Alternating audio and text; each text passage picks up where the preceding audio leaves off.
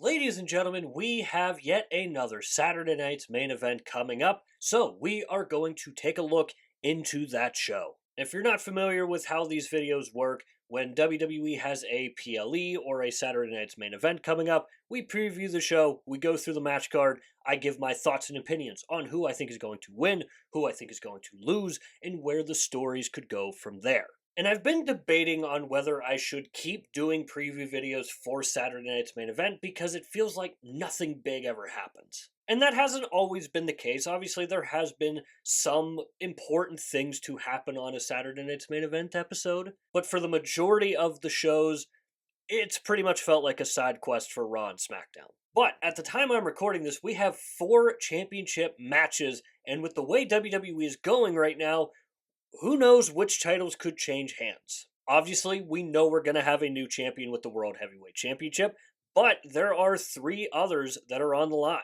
And real quick, before we get too far ahead in the video, I want to say that if you are a WWE fan, consider subscribing to this YouTube channel. That is all we post is WWE related content. So if you're a WWE fan, again, consider subscribing. It's free. You can always change your mind later. With all that said and done, let's get on to the match card for Saturday night's main event. The first match that we're going to be talking about is the triple threat match for the Intercontinental Championship between the champion Dominic Mysterio taking on Penta and Rusev. In what should be a really entertaining match, actually. We just saw on Monday Night Raw how actually good of a match there was between Penta and Rusev. And then you tack on Dominic Mysterio in that, and I think you got the makings for what should be a very, very, very good match. I'm excited to see what Dominic Mysterio pulls next out of his bag of tricks. I like the fact that he keeps winning with these Eddie Guerrero-esque ways, so I'm kind of excited to see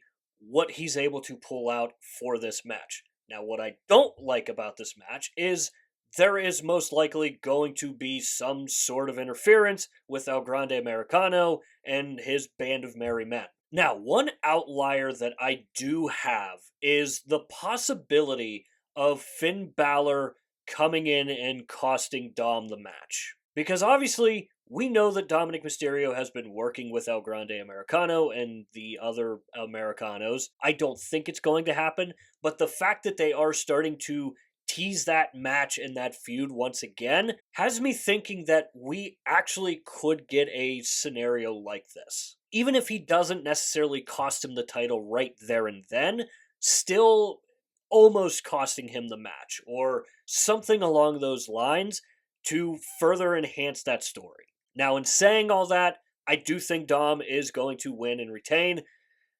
I just don't know how it's going to happen because there are so many different ways it could happen. Next up, we are going to talk about the WWE Women's Championship match between the champion, Tiffany Stratton, taking on Jade Cargill. And we are finally getting a heel Jade Cargill in the WWE, and the early eye test, I'm all here for it. When we saw Jade officially turn heel on Friday Night SmackDown on Tiffany Stratton, she looked great in that role. It was very clear that I feel like WWE may have run their course with a babyface Jade Cargill. She wasn't necessarily getting over with the fans anymore, and just what they were doing, it just felt like it was not working, and she was just kind of stuck. But now with this heel version of Jade Cargill that we seem to be getting, again, the early eye test looks really promising.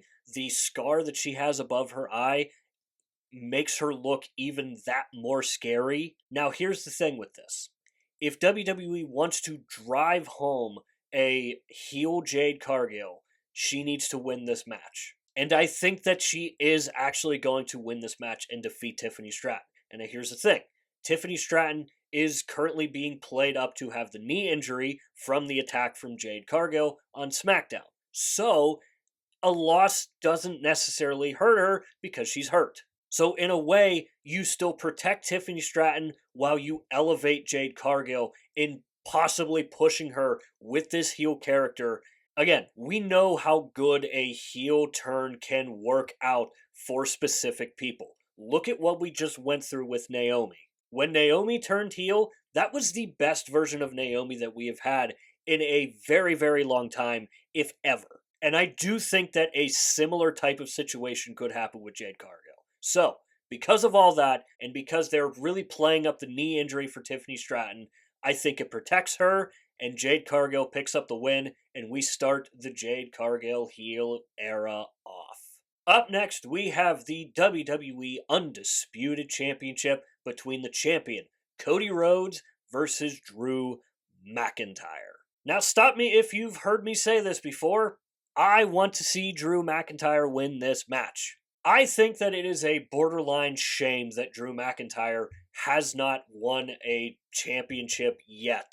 Given the amazing work that he did coming out of the CM Punk feud, finally getting his way back up to this spot, for him to just continuously lose to Cody Rhodes is gonna start hurting him eventually. And I just think Cody Rhodes is gonna win because he's Cody Rhodes at this point. He is the John Cena of this era. He is the Stone Cold Steve Austin. He is the Hulk Hogan of this era. He is at the top of the mountain, and I don't think they're going to have him lose on a Saturday night's main event. The only way that I could see Cody Rhodes losing is if Randy Orton interferes and costs him the match. Outside of that, I don't think there's much of a chance for Drew to win.